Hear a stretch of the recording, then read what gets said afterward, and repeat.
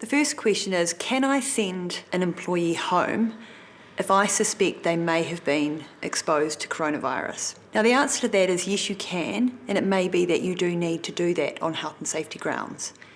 You'd first of all discuss with the employee your reasons for wanting them to go home and ideally agree a plan as to whether or not they can work from home, or if not, there would be a reasonable expectation that the employee would be paid in that situation.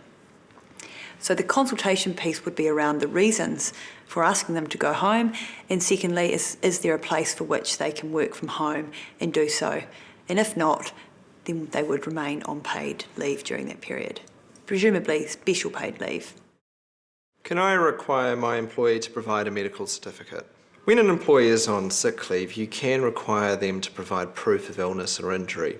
So you can require them to provide a medical certificate. If they've been away for longer than 3 days, that will be at the employee's cost.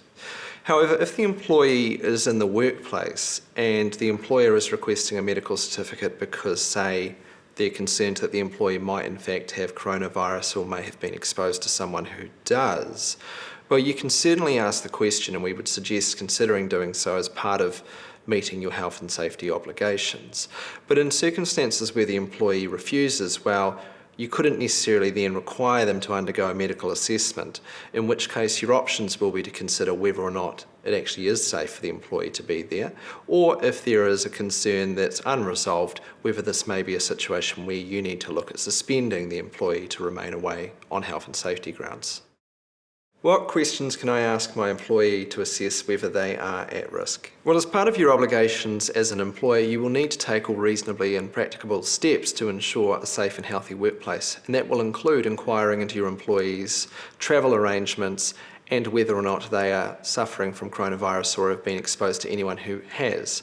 So reasonable questions to ask include what the employee's intentions are if they have an upcoming period of annual leave, and asking them whether they have any symptoms related to coronavirus.